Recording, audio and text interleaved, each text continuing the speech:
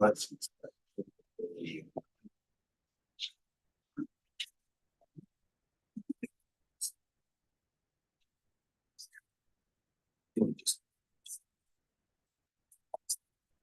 Not right, exactly. Right.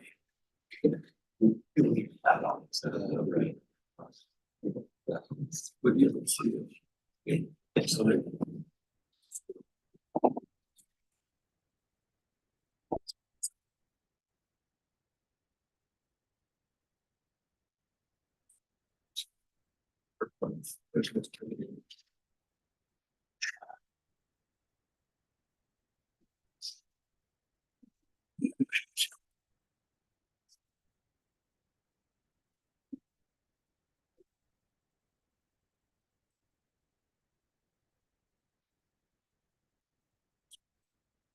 No.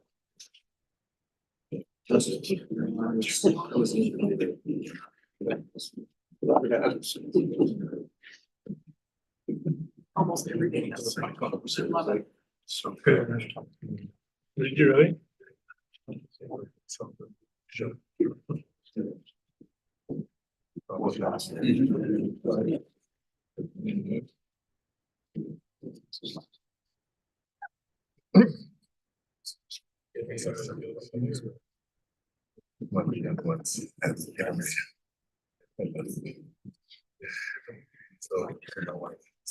Hi, buddy.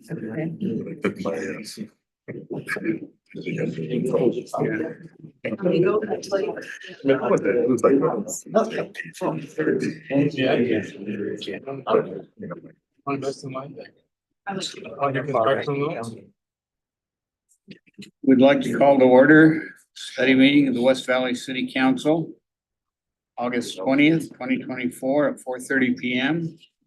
And we're in the multi-purpose room of the West Valley City Hall. Mayor Lang is excused tonight. Councilmember Fitzsimano will be joining us online.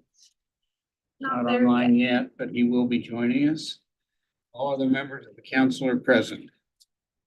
And we're also joined with Mr. Efel Beely, our city manager, and Ms. Nicole Kamak, our city recorder. First item of our business is approval of the minutes. Motion to approve the minutes. Second. Moved and seconded. All in favor of approving the minutes, please say aye. Any opposed? Okay, thank you. Our regular city council agenda. There's been one resolution added to the regular meeting agenda tonight, which we'll discuss a little bit later in study session. Any questions or concerns other than that one new item?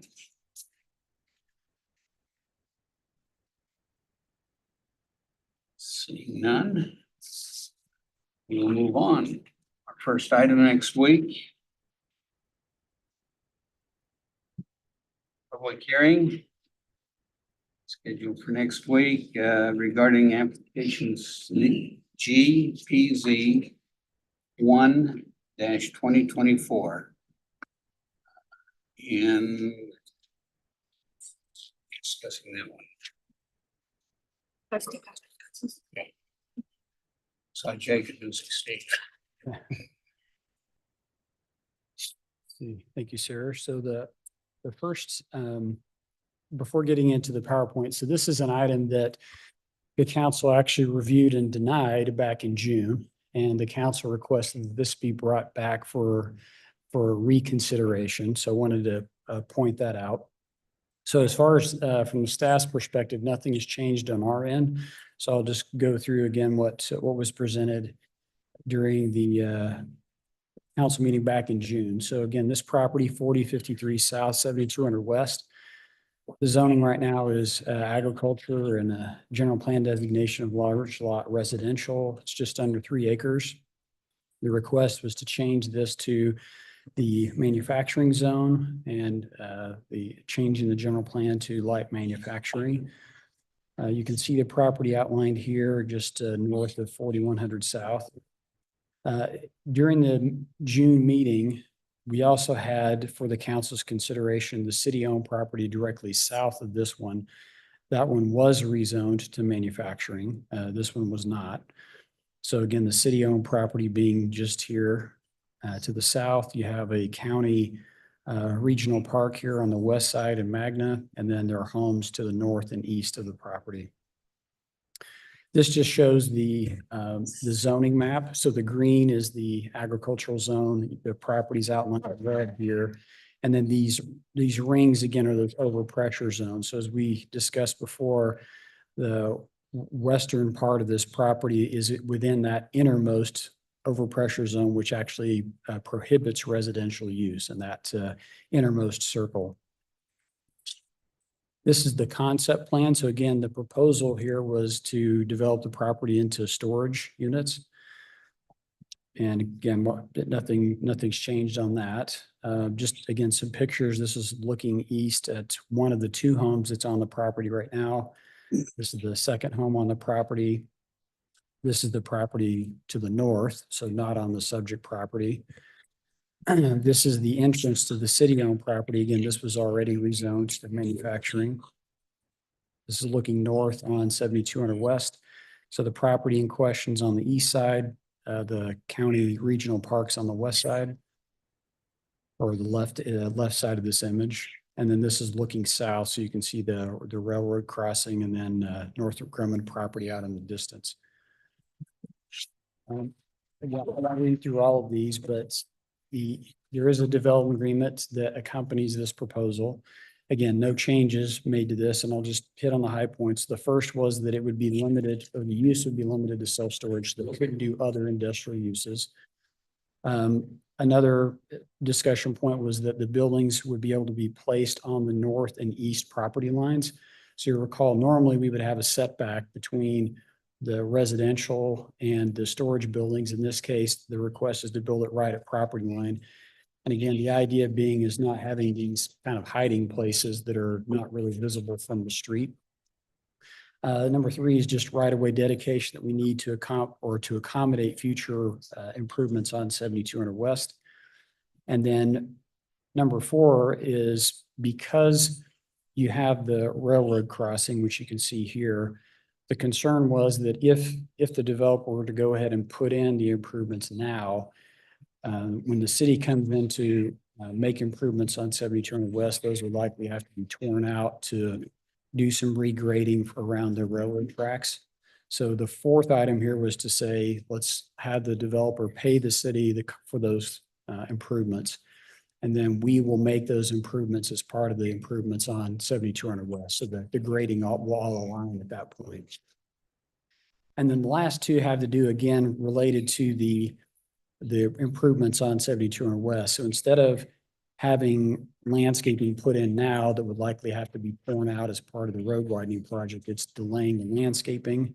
And then the last item is essentially granting the city a temporary construction easement within that western part of the property, again, to accommodate regrading that's likely going to be needed for the roadway. So that's what's included in the development agreement. Won't spend a lot of time on these. Again, we've seen these before, but we included examples of projects in the city where, or storage unit projects in the city where in some cases there was a separation between the storage buildings and residential, and then other cases where it was not. And in most cases, there was an exception granted, and the storage buildings were placed right on the property line. So here's one on Redwood, or just east of Redwood on Whitlock Avenue, where there was a setback between the storage buildings and residential. One on 36 where it was put right at property line. This project will have townhomes to the north, and it's built at property line. This one also at property line. Same with this one here on Redwood. Another one where you have built at property line, but in a couple of other cases, there's at least some setback. This one on the west is built to property line next to new townhomes. This one again at property line. This one also, at least on the east, built to the property line. This one was, has a setback, so we've got some more detailed pictures of this one. This one again, newer, built at property line. And then I think this is the last one here, was also built at the property line. So this is an example of the project where there was a setback put in. This is on 35th South. So you can see there's, in this case, it was a 10-foot setback. And in this section here, landscaping is fairly well maintained, but then when you get around the back, it's starting to get a little overgrown. But you can see how it kind of creates this hiding place, right? Where it's, you get on the picture on the right, the wall that's on the left is the wall separating the residential from the commercial property. And then what looks to be a wall on the right is actually the storage building. So you've kind of got this, channel there, or tunnel. Just a couple more views of that, the same project on 35th. Couple more, and then last couple, this shows the projects just on Whitlock east of Redwood, where again, you can see that space between the home on the right and then the storage buildings on the left. And then just a kind of a close up there, and a little tricky to maintain.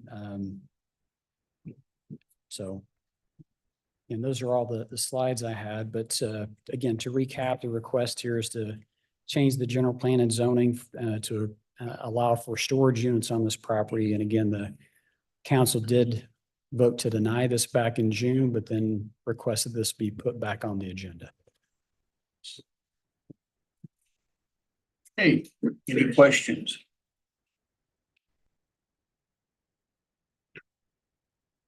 Any comments? This is great.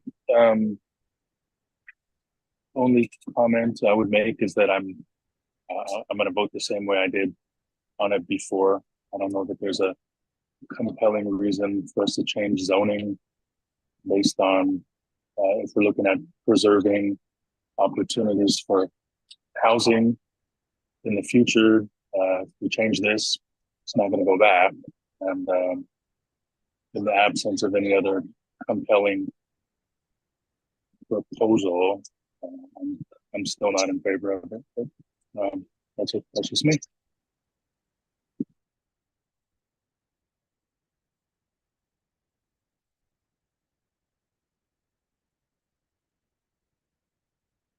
Thank you. Any other comments? Mr. Patrick, thank you very much. Thank you. Resolution for next week.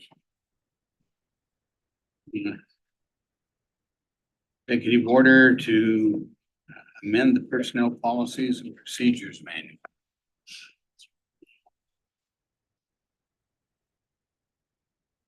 Morris is going to present that. Thank you. Good afternoon.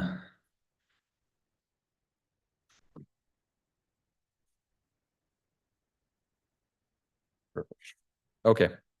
So yes, we have some potential policy changes we would like to make in our personnel policy manual.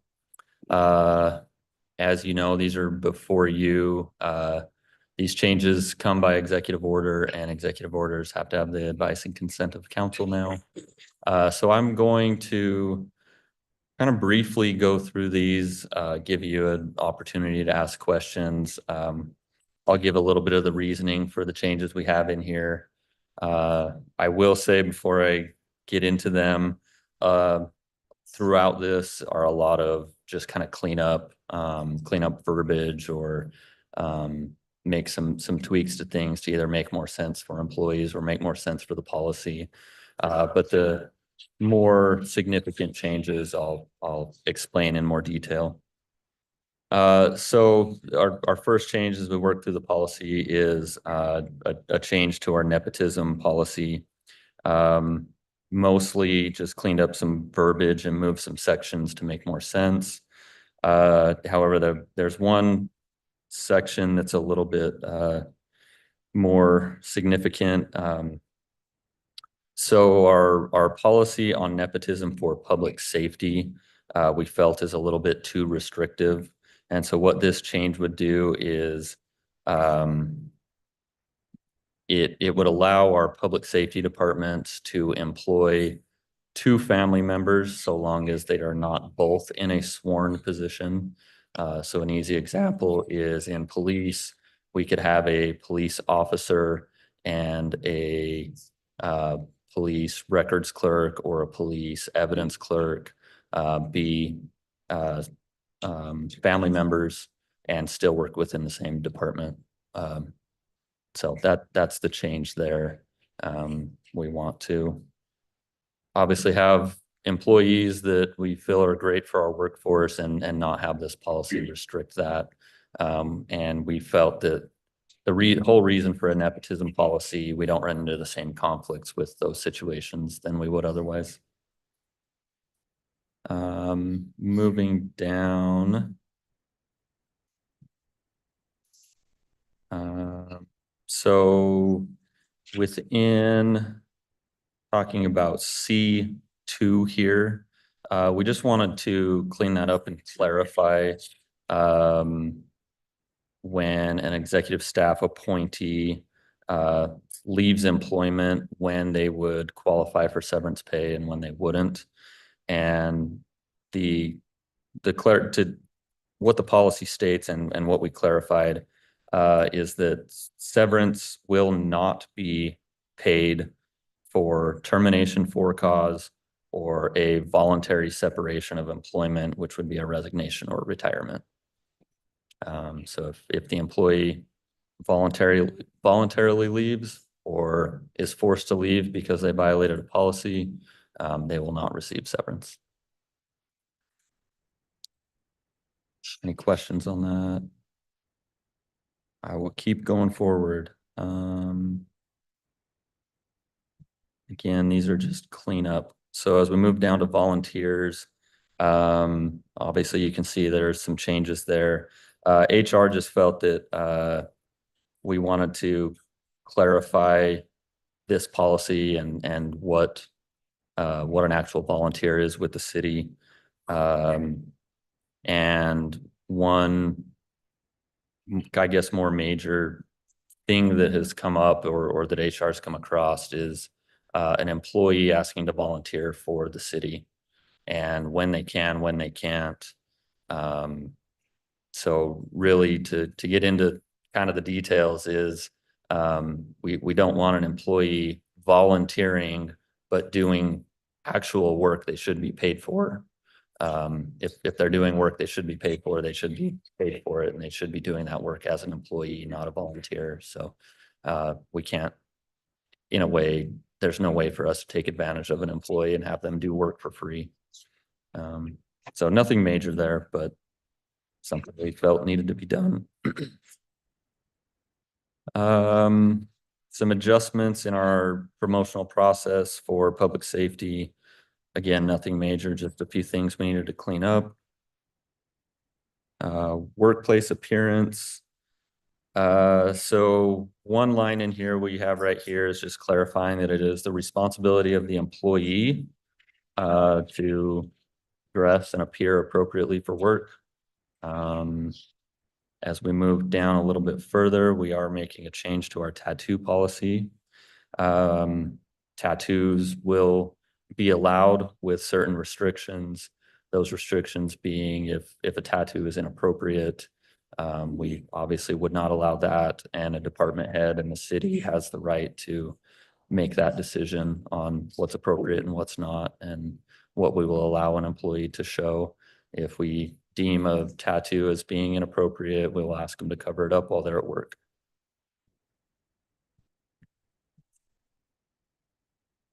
Let's see, moving down. State law required us to make a change to this policy, so it's regarding drug testing. And if an employee or a job applicant tests positive, we have to give them the opportunity to request a follow-up drug screen. And we had to make that change and include that. If they request that, we split the cost with the applicant or the employee for that follow-up test.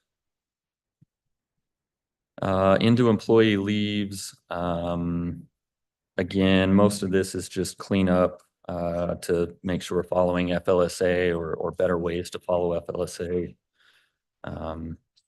We don't believe there's any major impact here, just making sure our policies are how they should be. You can see little changes throughout here, but we just clean things up. As far as holidays go, just easier for us to not indicate the specific date because sometimes those dates change or sometimes we observe the holiday on a separate day. So really just making things easier for us.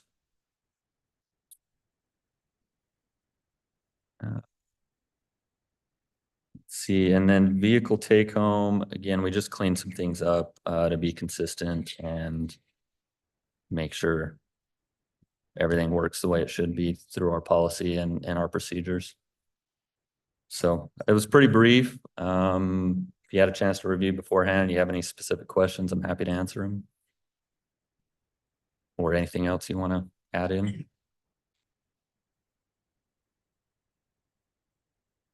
I just, a comment on the nepotism policy. It seems more restrictive than state law. It is slightly more restrictive. Just to be upfront with you, we've already marked that as something we want to review again and look at further the next time we do this. We typically do a review and changes twice a year. So that's already on our list to look at in more detail. I mean, I would be in favor of aligning it more with state law. And I've got a daughter that wants to lifeguard or something. Mm-hmm. Yeah, this one's always tough because you're trying to get the right balance because the situations where we deal with nepotism issues can be significant. And so, but again, like I said earlier, we don't want to restrict good employees from working here. So trying to find that good balance. Anything else? Thanks. Yeah. Okay, thank So you. If there is a request for a retest for a pre-employment drug screen, we split the cost with the applicant. On the initial test, is that something we pick up or the applicant picks up? Sorry, I think I missed the end of your question. On the initial pre-employment drug testing, is that a cost that the city covers or that the applicant covers? Yeah, that is a cost to the city. Okay. And then if they request a retest, then you would split that 50-50. Yes, correct. Thank you. Okay, thank you. You. Resolution 24-131, authorizing the city to enter into property schedule. Number 25, master tax exempt lease policy, lease purchase agreement, U.S. Bancorp. It's got too many financial things in there for me to talk about, so I'll have Jim.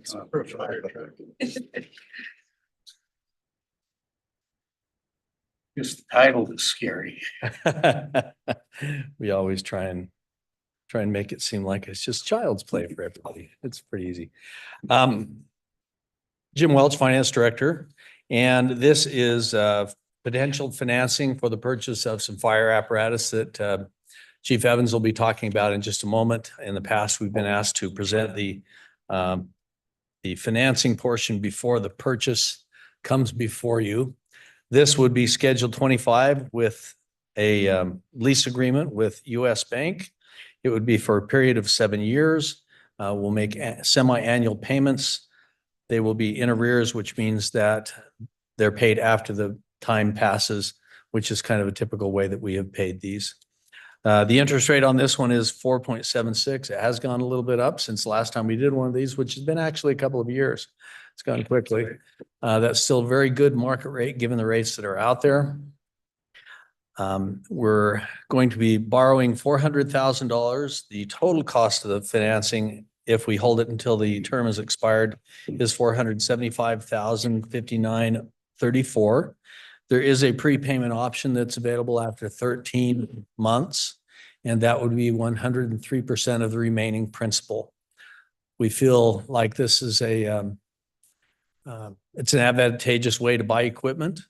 The lease matches at least the lifespan of the equipment so that we're never left outstanding with a loan that doesn't pay for, that isn't valuable for the product that's being purchased. So I'd be happy to entertain any questions you might have. I know in the past, we've had to plan 10 to 12 years ahead to see which trucks are gonna expire in that time. I think this one we got a little outside of that timeline. Yeah, I appreciate that. And I know Chief Evans will get into this a little bit more about his equipment. This one is a different type of a truck. It's not one of our regular pumpers or one of our ladder trucks.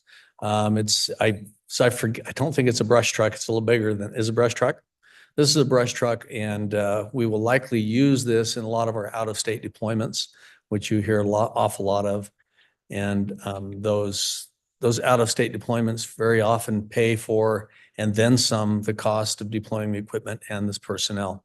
So this is a little bit out of that regular schedule, as you were mentioning, Mayor Pro Tem. We expect this to add to the fleet and also provide us capabilities that we really, really need. So. Any questions? Do you have a chance to check with the credit unions, local, if by chance they compete with the US Bank?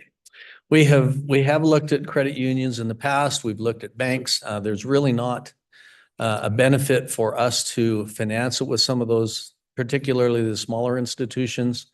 They don't need the tax benefit of doing a municipal financing where banks do, and so they typically give us a little bit better rate. But we don't have a big number here too, you know what I'm saying? We did have a small amount, and I was with the Georgia School and the chair there, and we did comparison between Zion Bank and the credit union.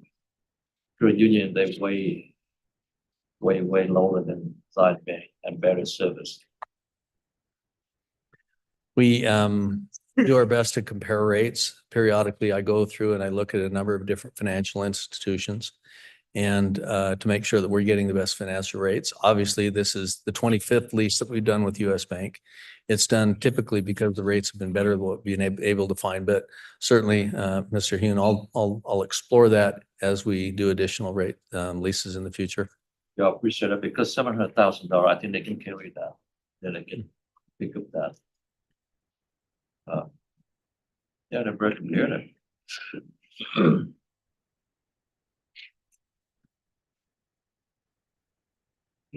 Other questions? Thank you, sir. Thank you. You make the finances a little easier to understand. I hope so. Okay. Resolution. Back onto my agenda here.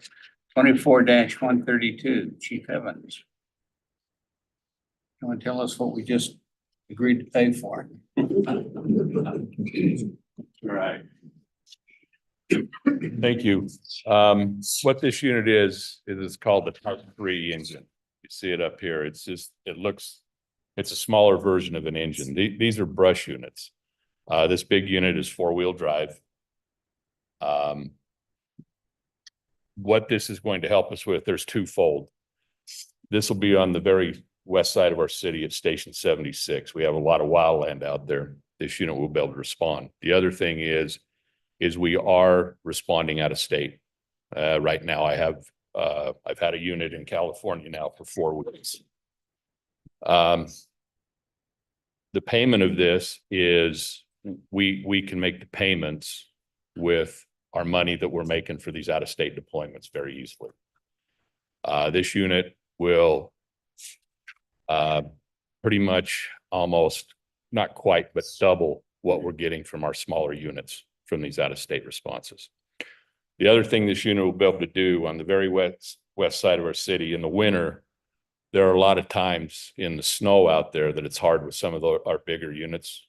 this unit with four-wheel drive, we'll be able to take it on medical calls and things like that. So it will be used year-round, not just on wildland fires.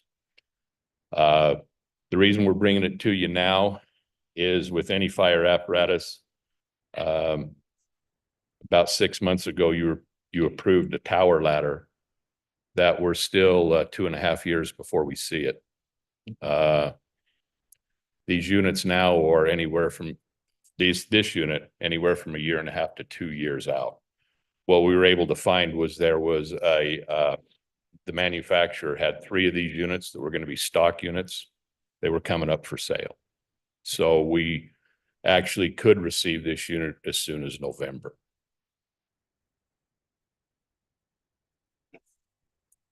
We've never bought one of these before. This will be a first for West Valley City. But I think it's needed. We'll be able to pay for it without using any general fund money or anything else.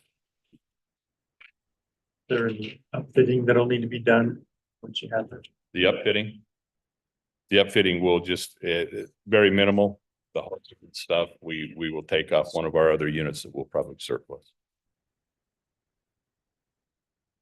If, so 2 in the front and 2 in the back. Yeah, it's a 4-door cab.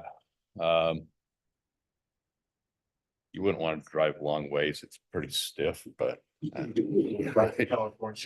well, it'll go to California. It'll be pretty stiff. It's not gonna be like driving a car or a Cadillac, I can tell you that. They're pretty tight units, but there are a number of departments around that have these. Unified Fire, Draper. They all have these type of units. This would be the first time we bought one though, that's this big. What months do we usually deploy to, say, California or Arizona? I would say the summer months, but 2 years ago, we were deploying to California in November, right before, and then right before Christmas, we were going into California, into Oregon. And it depends on when the fire. It just depends, in California, the Santa Ana winds come. I remember back some of my social studies, which I probably should have paid more attention to. Probably September, October is when the Santa Anas come in. Some of you live in California, I don't know, but that's when they come in. So that's when they're wildfires. California has said their wildfire season now starts in January and ends December 31st. So, but we've been out a couple of times in the state of Utah already, so this can go anywhere in the state besides outside. Just a little update. We've been in Oregon, California, and Idaho this year.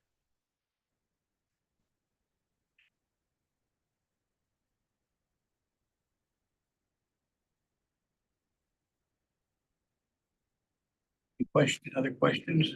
The purchase price is like 500,000. The lease amount that we just talked about was 400. Yeah, that's What's the difference? Are we gonna just pay out of the? gonna put $100,000 down from wildland account. Okay. And this truck will last more than 7 years, but.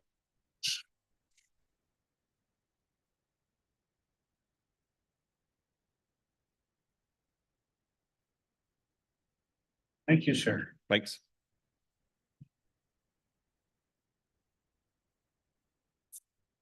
The consent agenda for the regular meeting. Have any objections to add all of our resolutions to the consent agenda for the regular meeting next week? That would be the resolutions only. The public hearing would be separate. So the personnel policies manual, and the lease and the purchase of the fire truck. Yeah. I'm okay with that. I think we should leave B and C on the regular agenda just because the dollar amount is so big. I don't have any problem with the executive order moving to the consent agenda. We just have one thing on the consent agenda then? Yeah, so why we'll would it probably be just separate? leave it. Yeah.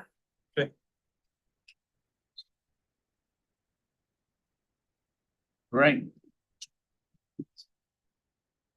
New business scheduled for tonight's meeting.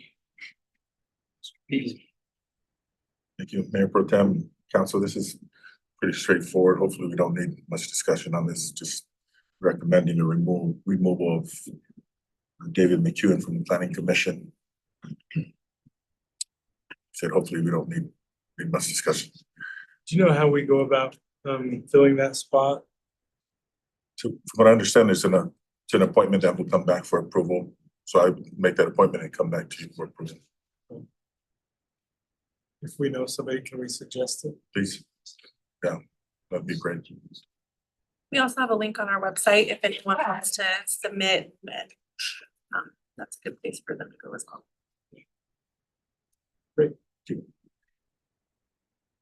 Okay, any other questions? Okay. Communications. Ms. Johnson, looks like you're doing all the communicating tonight. Oh, yes.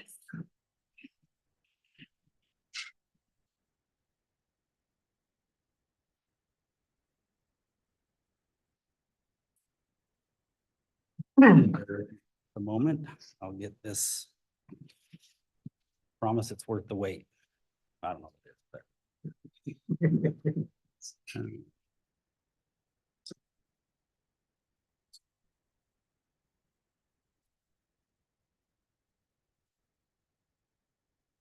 Okay, this first presentation, all right, we're gonna talk about sidewalk repairs and kind of give you an overview of the city's inventory. So this is an image. This is actually our map. So every 3 years, we're required to do a new inventory of all sidewalk and curb gutter hazards, displacements that we have in the city. And this is all we have. I'm pleased to report that That's those it. are the only problems of our sidewalks. And I actually haven't turned the curb and gutter on, so, because we're only talking about sidewalks today. But these, let's see if I can get this out of the way a little bit.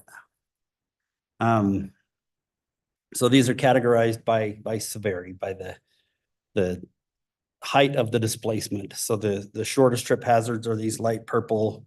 Actually, these purples are actually just a surface spall where the surface has kind of lost it's popping off. But then the smaller dots mean a smaller displacement, and we get up to these big 4-inch displacements that are quite massive. And actually, I'll show you something else that's fun. So we've also inventoried. These are trees that have caused us problems, and we'll talk a little bit more about how we're proposing to deal with these trees. But we've all seen it where the tree roots have pushed a sidewalk up, and they cause us lots of grief. So just a little bit of background on our normal program.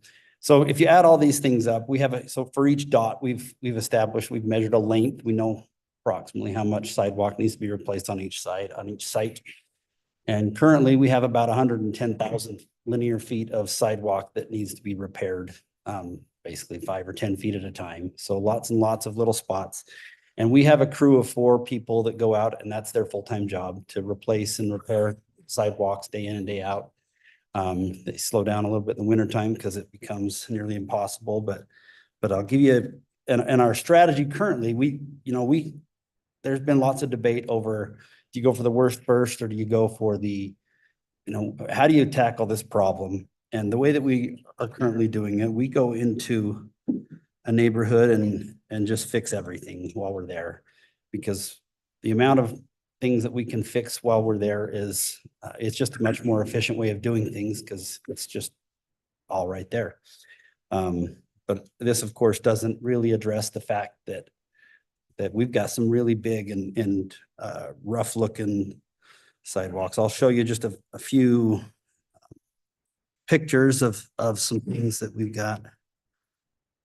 So these are just, well, if you go back to, before I go there, let me go back to our map. So these red dots, I showed this map to our city manager, and he wants me to fix them, of course, and all of them, and we'll work on that. But really some of these red dots, they're 4-inch plus displacements and almost all of them are caused by trees.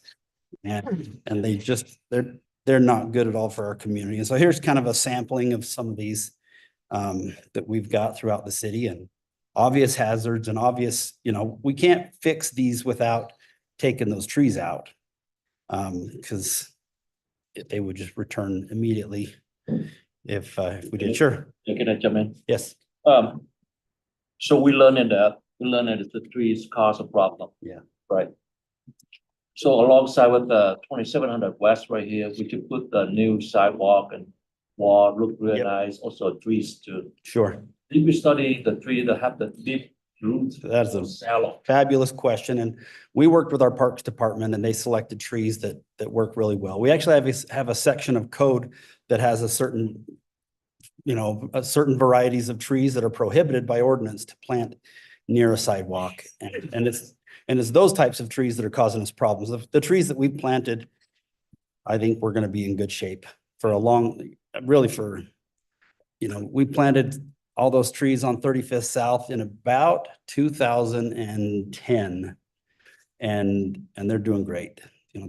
They're not causing any damage to the sidewalk. So it's really just the variety of tree that we're seeing. And oftentimes it's a volunteer tree. It's a cottonwood or a Chinese Russian olive or something that is just happened and been neglected and so So even in the future, it had a big trunk, just like we have right here in the picture right here.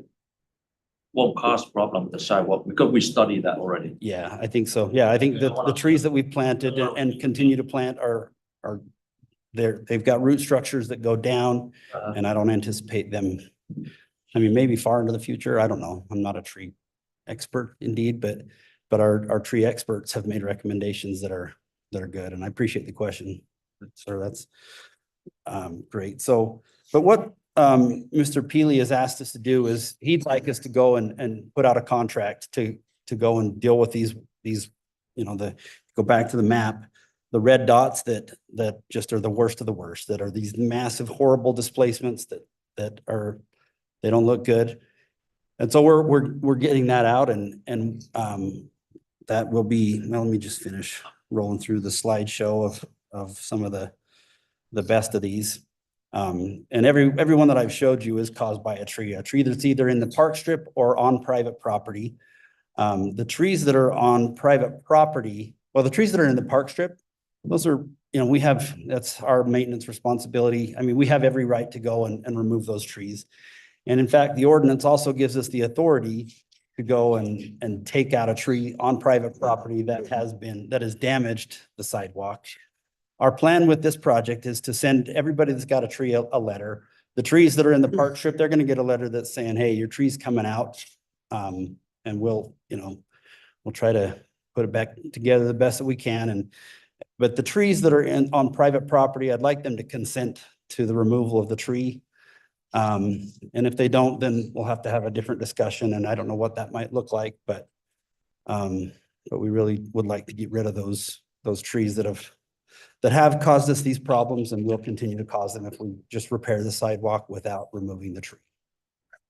So really the purpose of this discussion was just to kind of give you a heads up that we're going to do this and just understand any concerns that you might have as we approach this. Well, I'm very happy for a city manager Ivo to make this the first one on the list. Yep. We had in the past is the lady, she tripped over and she fell down and cost her $15,000. Yeah. And the lesson was a Lawson. Mhm. Yeah. And you're willing to help, pump up the cement pump and make a level. Yeah. Otherwise, it's gonna be a big problem for that area. Yeah. And that's one of the methodologies that we use to repair sidewalks. We'll pump them sometimes. It's, but these are, the ones that I'm showing you are, they So just, like this one on the photos right here. Yeah. And so what are you gonna cut up the tree and replace the sidewalk or just what are you planning? So we, so the one on the left is a park strip tree. We would cut that tree down. We would grind the stump down to 12 or 18 inches below the existing surface.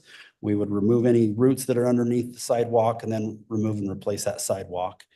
And also if there's curb and gutter that's been damaged at the same time, that's causing us a drainage problem, or we've got some curb and gutter that's just as bad as the sidewalk. And so if we're there, we'll repair those. The challenge one of the challenges that we're gonna run into is we're gonna go into a neighborhood and we're gonna fix these bad ones, but there's another one across the street that's, not that great. And we'll try to capture those where we can. If there's the ability for us to be efficient and maybe add a little bit to this contract and put our best foot forward, we'll do that, but we won't be able to do that. We won't be able to do kind of this whole approach where we come into a neighborhood and when we're done, everything's fixed. So it's not going to look like that. So of the 110,000 feet that we have, we replace about a little over 10,000 linear feet per year with our own crews. And then we fix 1,500 to 2,000 feet with mud jacking. So we have a good effort, but at the same rate that we're fixing it, they almost reappear. And so You said that again, how many linear feet do we replace a year? about 10,000 1,000 linear feet a year. linear feet of sidewalk with our one crew. Yeah. Yep. Really making headway. We're just, Kind of treading water a little bit. Yeah. we have opportunities to leverage contractors to help. Yep. And that's what we're going to tackle right now, this first round. I really treat this as kind of a first round. We'll bid this first contract out to go fix these red dots. And then maybe the next one we tackle the yellows. Let me show you one more thing. This is, I spit the data out from the inventory into a spreadsheet and put in some estimates. So, these colors correspond with the dots that we have on the map. And so, if we were to just, this is assuming $18 per square foot, which is what we're estimating is going to be our contracted price. It's expensive. But, and then you add in all the trees that are associated with those repairs and it adds up pretty quick to a big chunk of money. So I think our strategy is still going to be, we keep that crew busy as much as we can and keep them going. But then we'll have a good mix of contracted repairs and in-house work as well.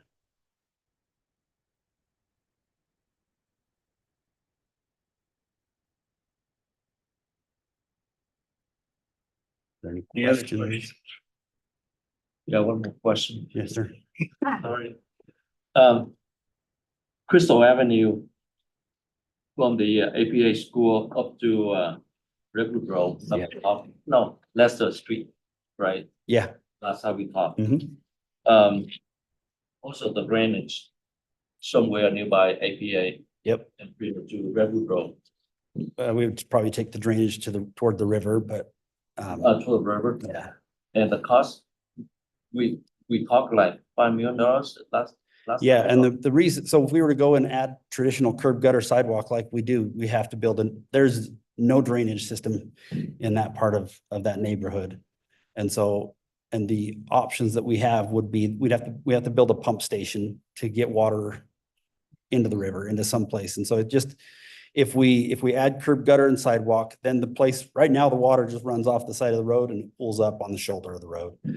And if you add curb gutter sidewalk, you have to then have a place to take that water, and we don't have that place. And so it would be, so to build that sidewalk, we include the cost of building a drainage system, which I think is a good, worthy improvement out there, most certainly. I think you did a good job about Derby Street and Parkway Boulevard. Right there, they have a big, kind of lake. Mhm. But, right now it's really nice and people are very happy with that. Yeah, we were able to get that water to go to the north. You go north, right? Yeah. Is that you can bring the drainage from APA over to that. No. It's cost less than. It's too high. Too high. Yep, it's lower at APA than it is at Derby Street. Derby Street's up the hill. So we just like, without a pump, we can't get that water to go that way. So it go down to the river.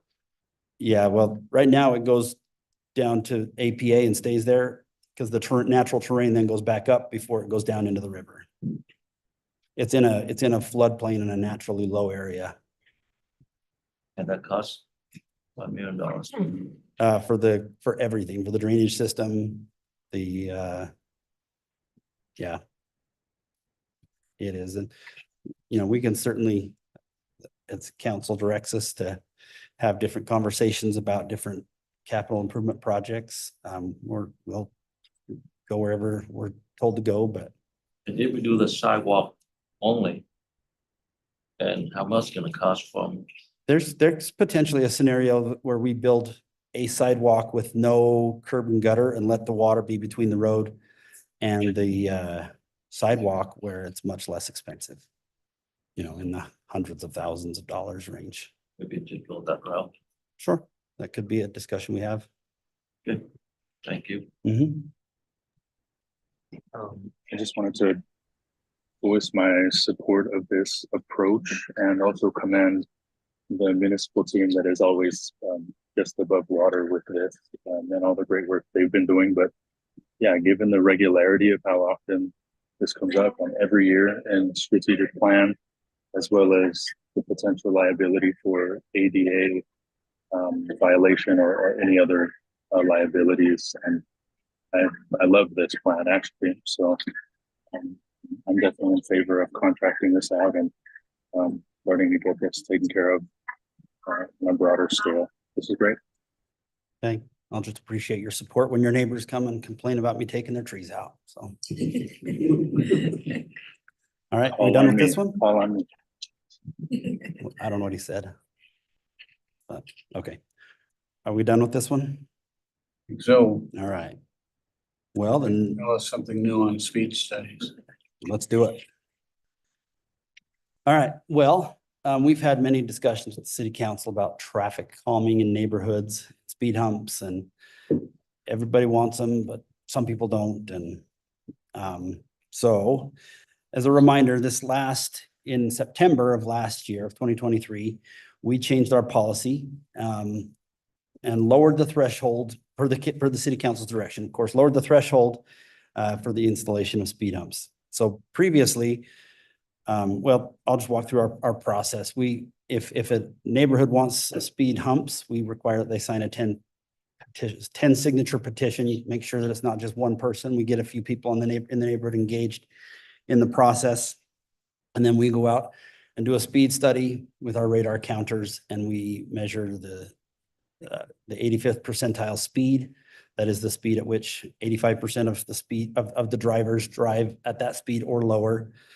And then we also measure the volume, and then we gave them 10 points per mile per hour above the speed limit. And we gave them 1/2 point per 100 vehicles of their volume, and then up to, points for random other things such as proximity to schools and things like that. And our action threshold previously for speed humps was 100 points. And we'd kind of gotten to a point where we just weren't getting new roads that qualified for speed humps. All those that could meet that threshold, there just weren't new roads. And so the council directed us to lower that. And we did, and we changed our policy. And the new policy as it currently sits is that if you score between 70 and 79 points, you'll qualify for the radar feedback signs. And then anything over 80 points qualifies for speed humps. And then before we do the speed humps, we'll do a poll of the neighborhood. And as long as 2/3 of the respondents respond in the affirmative, they get their speed humps. So this is a recent study that we did. This is 4,400 south between 3,200 west and 3,600 west. And their 85th percentile speed was 32 miles per hour, 7 miles over the speed limit, and with a volume of 650 vehicles per day and a school right on that road, they qualified for speed humps with this new criteria. And they're the only road that we studied this year that did meet this criteria. And it's our intention, after we've pulled the neighborhood to include this in next year's overlay project and have that contracted out. But there's been lots of discussions from many people coming in, and the council asked us to take another look at the policy. And so,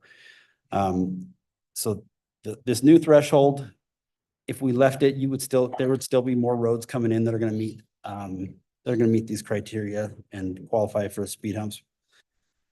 So this is a slide that you've seen before. This is just a distribution of the 85th percentile speeds that we have measured over almost 20 years of measuring these speeds. And so just gives you a feel for where these roads are at. And this big spike is 30 miles per hour.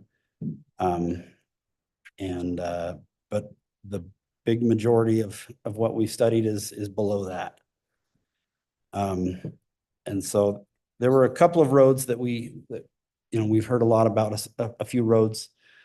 And we studied those roads, and the speeds that we came back with were below, they were in the 27, 28 mile per hour range. And so, but this is a potential policy change that could get some of those roads to qualify for speed humps if the council was so inclined. So we have lots and lots of old data of speed studies that we've done. And a potential thing that could be done would be to just eliminate the whole point system altogether. And if your 85th percentile speed was between 27 and 29, there you would qualify for your driver feedback signs. And we'd see a lot more driver feedback signs going in with this criteria. Then if your 85th percentile speed was 30 miles per hour or greater, then you would automatically qualify for speed humps. And a way that we could get more, get some of these roads to qualify. We've done a lot of studies in the past, and we could say, okay, if we've studied it and you've ever had a maximum speed of 30 miles per hour or greater, then we would count that, and we just wouldn't do a new study to see what it is today. We would use the data from the past and say, okay, you've met just this threshold. And so this is a very liberal approach to getting more speed humps in, if that's what the council felt like we needed to do. And so at this point, if we made this policy change, we would have a lot of roads qualifying for speed humps. And right now, money is not the limiting factor, but we would need to just draw a line and say, this is the budget of what we spend on speed humps every year. And if your road qualifies, then you get in line. And if a road that qualifies with a higher speed comes after you, well, they're probably going to jump you in line or something like that. That's probably a way that we would approach this. So that's, I guess, something for you to chew on and consider. This is kind of a way that we've thought that we could get some of these roads that don't qualify for speed humps under the current, and probably never would under the current criteria that we have, that we can make it work. So we'll take any questions and concerns, and council as you will. Is there a bullet on your second to last page, the fourth bullet? So are you saying that if 2/3 of responses want speed humps, you could build them? If they would meet the threshold. Okay, so you still would have. It's kind of just keeping the same process, but throwing out the point system. Yeah.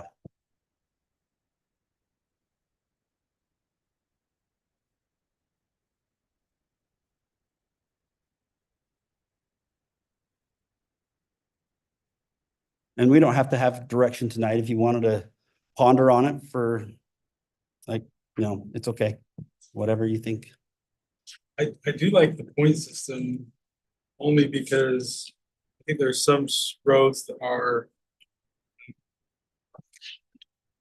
gonna have more kids, the schools, parks.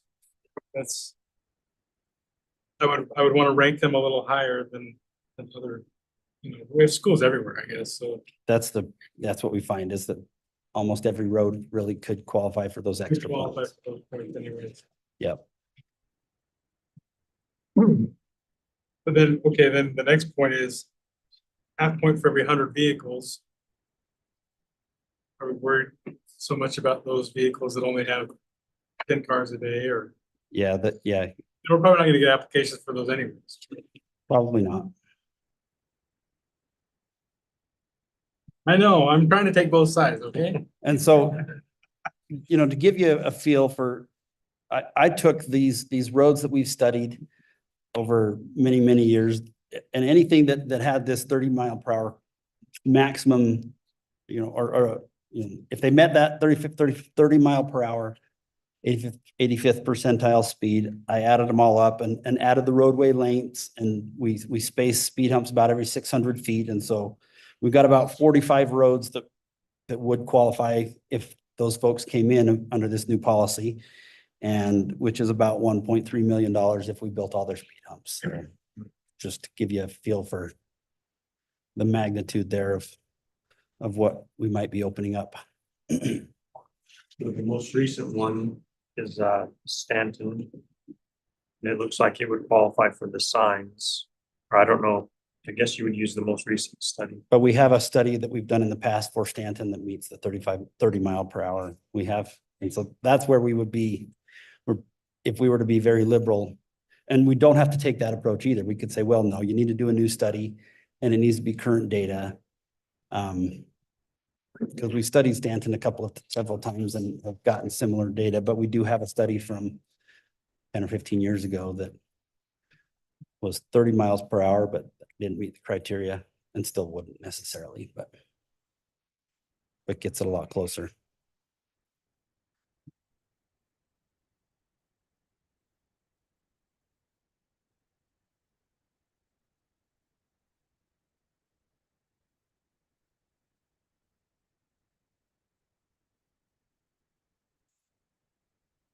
So I remember last time we talked about this, I think it came up. We had only done a couple in the last few years, Yeah. and have we done any in 2024? We built some last year. We did not build any this year. And only this 4400 South is the only one that's qualified thus far, correct? Yeah. But last year was under the old criteria. Yep. We just changed to the new We criteria. don't, and we start studies in April, and so we've only studied from April until now. And there's been a handful of roads that have come in that did not meet the criteria for the new criteria. And another option would be to keep the points and just take that threshold down another notch, 5 or 10 points, whatever you would feel would be the appropriate level. So So how many qualify for the new criteria? I would say, I didn't really do that math, but I'll bet you probably have 20 roads that are on this list that would qualify. If we took the old speeds and applied the new criteria to them, probably have 20 roads that would meet that. And then we can plan it to do next year. No, we don't plan to take any action unless the neighborhood comes and starts the petition process with us and initiates that. Even if we were to if the council were to recommend that we make any of these changes, it would be my recommendation that we don't take any action unless the neighborhood comes to us wanting us to take action. The neighbor on Palmer emails me about every other month. Yeah. So I would like to see how, if we did change the policy, how it would affect the Palmer Drive speed study. Yeah, I think the only way we get Palmer Drive to qualify would be to go to that, eliminate the point system and take historic maximums. And then Palmer would qualify. It's on that list. And I think, everybody's neighborhood collector in your neighborhood would qualify most likely. They'll be on. We would have had a study most likely for most collectors that are going to have a 30 mph, 85th percentile speed. I kind of like to see the criteria because going back to my old public school teaching days, everybody would like to get an A. And, we don't have any criteria for it. I can give everybody a 9. I've got criteria. They have to meet the criteria, so. We might lower the criteria a little bit. But I still like to have something you can base something on, not Yeah. just, well, Sure. you missed the 2/3 of the parent of the residents by 3 residents, Well, and even if you lowered the criteria down to that 30 mph threshold, that still is that is something that most roads in the city aren't gonna see speeds or even have historic data that shows that they have a 30 mph speed limit or, excuse me, 85th percentile speed. So it's really, I would just counsel, guide you to, if you feel like we really need a lot more speed humps, I would go that 30 mph direction. If you wanted to just let the current policy work itself out and add them as they qualify with the current system, you could do that too. Or we could lower that threshold with the current point system and get more roads to qualify, if that's your desire. You tell us, maybe you can tell us later, but how many applications for speed studies you've had since April? You have a feel for that, Eric?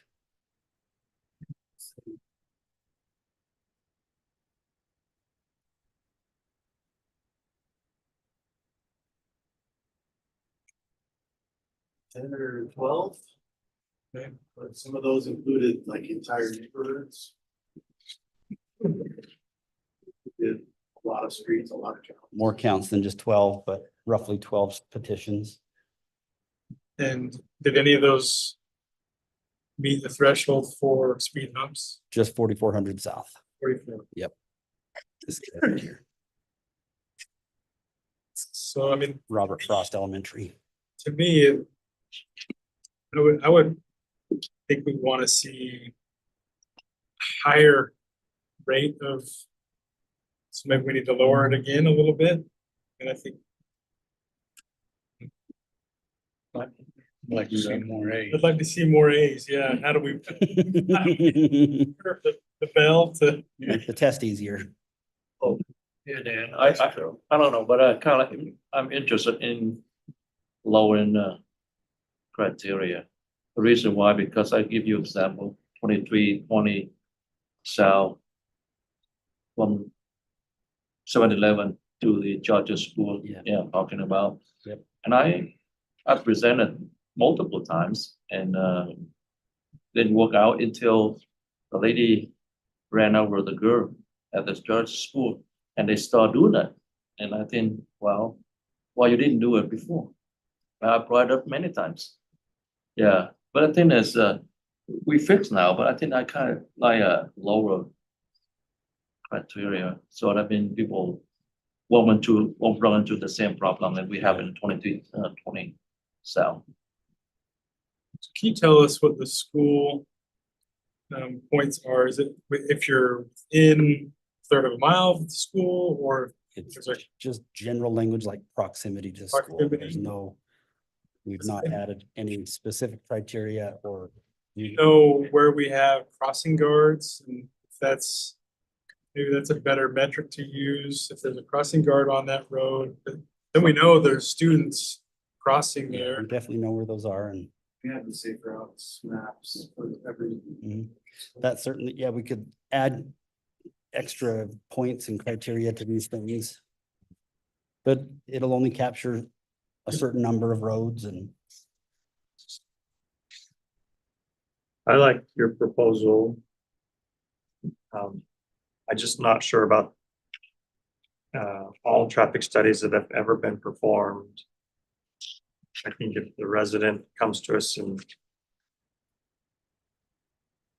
I don't want to do a bunch of new studies, but maybe the last one or the last. And we're fine to do studies, but, and really the only reason to do that would be to help more students to pass the test. I'm fine with this policy, especially because we need 2/3 of the responses to be in the affirmative, and if they jump that hurdle, They should have speed humps, I think. I mean, on 30 miles. Yeah, the 30, if they're 85th percentile on any of their previous studies is 30. And they get that 2/3 that want it. I think 2/3 is enough. Yeah, Just still leaves a lot of people in the neighborhood that may not. And once we build them, we don't take them out usually. Yeah, but it's 2 to 1. I mean, you have 2 residents for every 1 that doesn't want it. Two-thirds is good. Yeah. I'm sure with that. I don't know. Husband and wife disagree. Who do you take? I'm not gonna give you an answer there.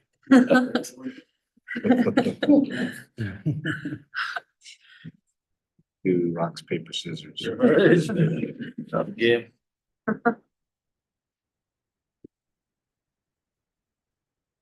So do I sense a direction? Nodding, counting heads nodding, or we're finding whatever the council wants, we'll do. If the thing that will be limited at this point, we'll get a lot more roads that'll qualify, and we'll have to just say, okay, well, we're gonna spend $100,000 on speed humps, and you'll get 2 or 3 roads a year or something like that. And then we can play with that number if it needs to be played with, but Short for sidewalks. or you could use it on sidewalks. There's no shortage of places that those dollars could be spent. I still am not a fan of the driver feedback signs. I don't know if they're real effective. I'd rather see the money go to actual speed humps. Maybe We'll take any direction you want to give us. They do have an effect, but it's sometimes short-lived. But I personally, every time I see one, it's kind of a reminder, and I respond to them, and I'll bet each of you do too. But there are some that don't. Yeah, it helps the good drivers. Said I'm a good driver. Helps the ones that are, Encourages some drivers to go faster. Could we test this out, or is there no going back? Or We can test it out. We can change our minds anytime we want. Well, if we end up getting way too many speed humps and no. Speed hump capital of Utah. Yep.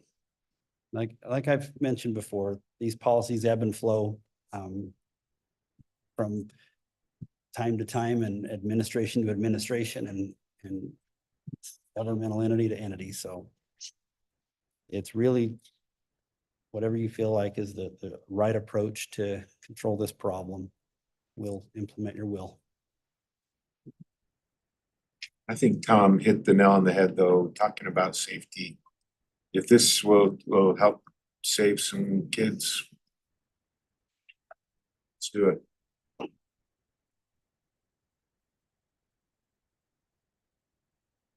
you come back with the, like, if we change the process to what you're suggesting there. What those roads would be. I can just get you an email, actually. Yeah, that's fine. But I think. Is that where we want to go? I mean, I can take that direction, and then if you change your mind, you can tell me to stop. It's not gonna, we're not gonna, I don't anticipate the city shouting this from the rooftops necessarily. And so you'd have time to change your mind if you felt like changing your mind before the request started coming in, but. Well, and if we just set a budget, then they can come in, but They can come in, and then they'll come in as fast as we decide to pay move for as them. quick as we can. Yeah. So, unless you tell me otherwise, I'm gonna change our policy. We're gonna eliminate the point system. And if you get to a 30 mph 85th percentile speed, then you qualify for speed humps. And we will use previous studies. Okay. And how do we feel about driver feedback signs? Keep that program or eliminate it? or not discuss that now. We could keep it until, just let it be for now too. Well, it's kind of the first step. Yeah. If they don't qualify for speed bumps, we can at least put that in. Well, then there's a really good chance that we'll be installing speed bumps on roads that have driver feedback signs that we can move to some other roads. So. All right, I think I'm good. Thank you for your time. Thank you.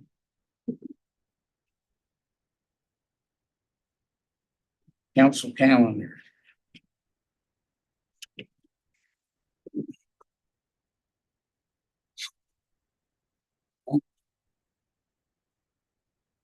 New business, potential future agenda items. I have one. I need your help on you. My district is, we have a problem with the homeless people.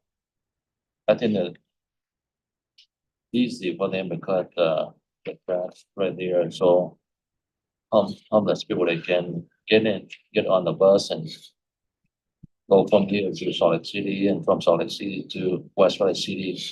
And the district one is the one of the district, I don't know other, well, maybe you can ask you tonight too, but we have a major problem in my district.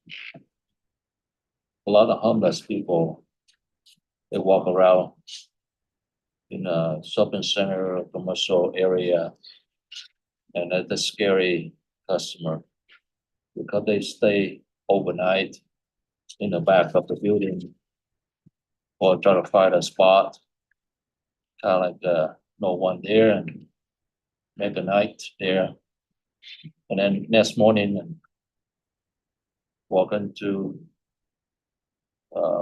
people's doors and cause a lot of problem.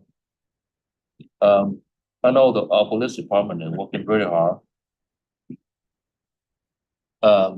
Recently, I did ran into one of the, actually two campers on Claiborne Avenue and Redwood Road, and they tucked into the corner.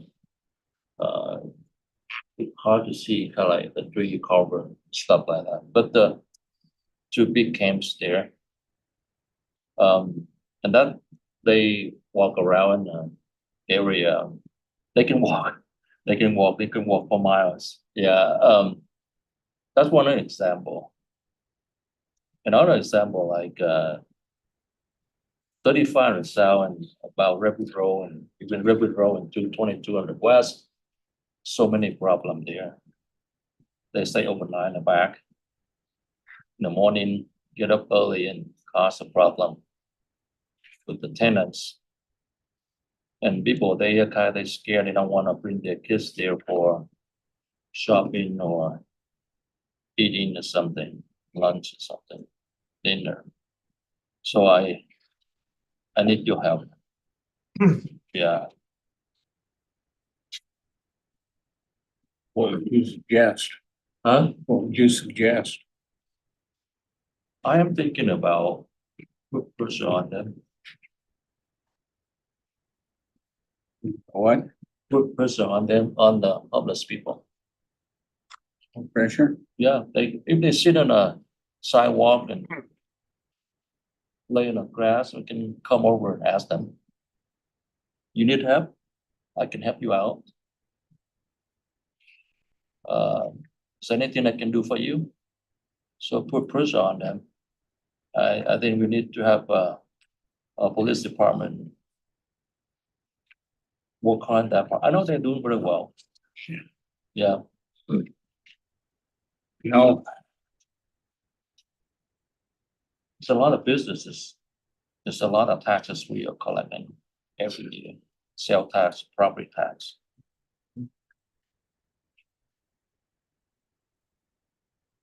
Yeah, Lieutenant, if I may, a suggestion, maybe we can have we have our homeless task force that meets, do a lot of good work. So I think maybe we could start with having them, maybe some type of presentation or of what they are doing and what they're seeing, maybe an update on some of the actions they're taking And then we can talk about what further action needs to be done. You guys can start there as a Yeah. presentation. Is that okay? Okay. And I don't think it's isolated to your district. Sorry, I didn't hear you. I don't think it's isolated to District One. Okay, so your district. I've seen some in my area too, Yeah, tough.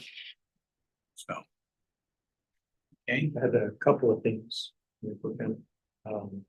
At the Council of Government meeting last, I think it was Thursday, there was a presentation on airsoft rifles, airsoft guns, and problems with many of them look realistic, and police can't see from a distance. They're taking the orange tip off, and shooting them in public parks, and while they don't do a lot of damage, they can cause a lot of concern, and then police can't make the difference from a distance. And so they offered to come to city council and present as well. I don't know if the council would have interest in that, and I had meant to look up our policy on if we have one, and I forgot, so I'm not sure what our city policy is on airsoft rifles, but the offer was there to present to city council on that issue. No, but to go back to Don's statement earlier, comment, and I watching on the news about Governor Newsom in California, and where now he cleaned up all the homeless camps. So it's done deal. No more. Yeah, you can watch that right there. There's no more. We're not gonna do any more in California. And because all the cities, every single city has to do the same thing. And they ask him, so well, is that they really cooperating with you? And said, well, the city, they do very well for the county. The county, sometimes they have problem with the state. we have a state homeless task force in Utah that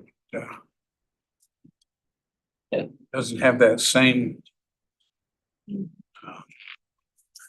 political bent. Okay. So airsoft guns, do we want a presentation on that? Sure. Okay, Couple of weeks ago, Council Manu mentioned motorcycles or motorbikes on Mountain View Corridor.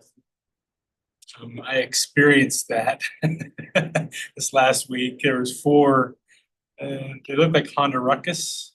If you know what those are, those little bikes. They're just flying by at, I don't know, 30 miles an hour on Mountain View Corridor. So it could be hazardous for other bikes going the other direction. But I don't know if there's anything we can do. It's tough to monitor everything, but it's just another story of what's going on Mountain View. I know that Jamie is working on updating our signs to address both graffiti and speed of motorized bikes and that type of thing. So that's something Parks is looking at least signage wise.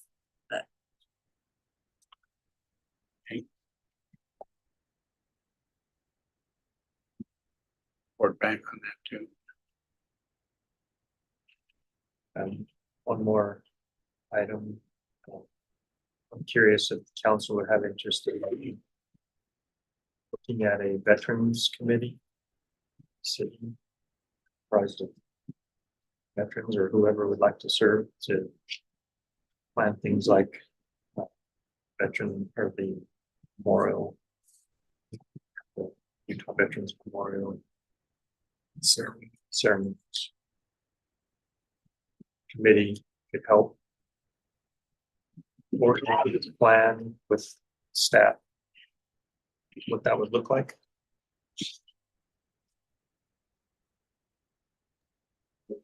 Kind of like we brought back from last ULCT meeting. So you're going out 6 months away. The event planner for the city that And to take on all these different events. I saw a posting for an event planned recently. It looks like there's work going on there. Yeah. Sorry, I mean to jump in. Yeah. I'm sorry, I will be coming to let you know kind of some of the things we're working on, really excited about where we're moving, but Might be able to work that veterans idea into that too. Just so you know, I never jump in front of a lineman. who gets jumped in, so. Learned that a long time ago. Yeah, Jake, I would be in favor of Councilman Whetstone's suggestion of a Veterans Affairs Advisory Committee or something to that effect. I think there might be a lot of broad reaching suggestions or advisory capacity they may have over a lot of different things in the city, not just planning events to commemorate veterans, but also in opportunities for employing veterans, for looking out for veterans' health, things like that. VA facility coming into town here in the future, things like that. So I think that'd be cool. The rest of the council feel we might look into something like that, organizing a Veterans Affairs Committee. So we help any ceremony we do for Veterans Day and Memorial Day, so.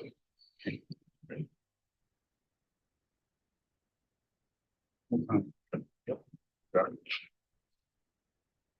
Any other potential future agenda items? Council reports.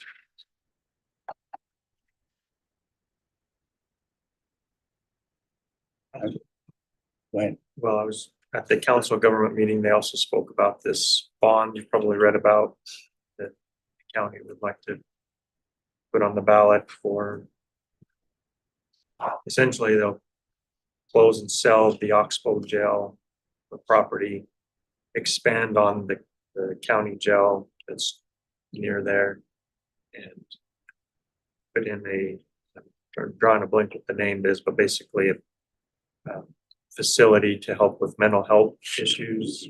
So resource center for individuals that are struggling with homelessness and mental health and substance abuse. They spoke about that and asked for support.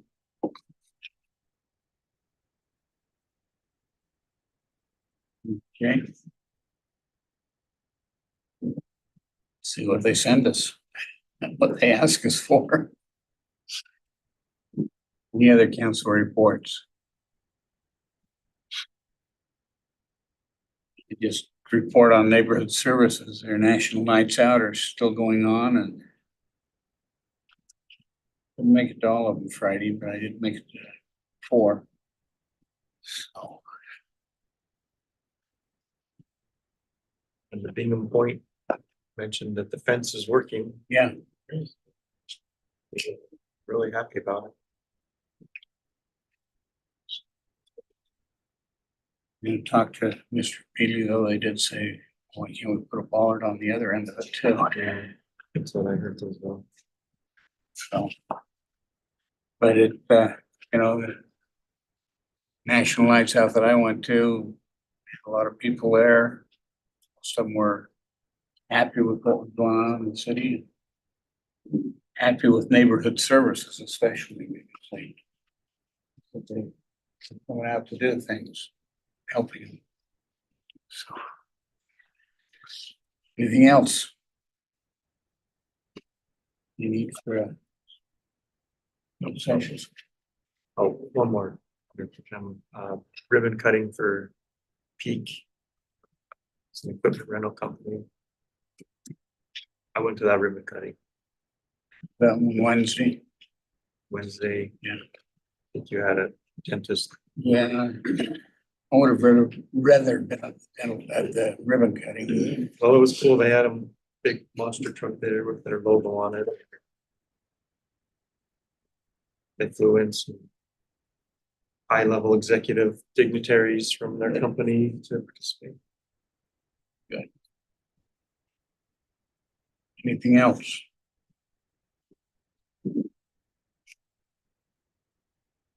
Okay. One final agenda item. Motion to adjourn. All in favor? Aye. See you at 6:30.